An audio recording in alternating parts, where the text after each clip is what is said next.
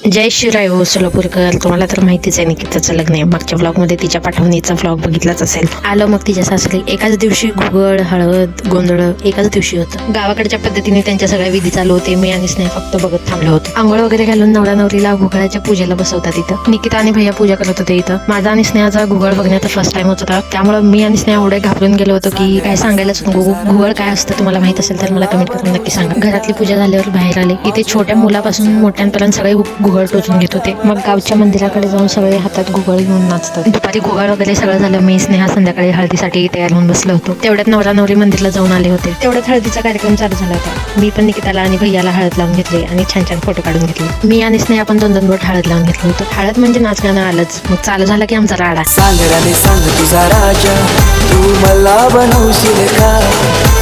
माझे नावाचं कुंकू तुझे माथ्यावर लावशील का?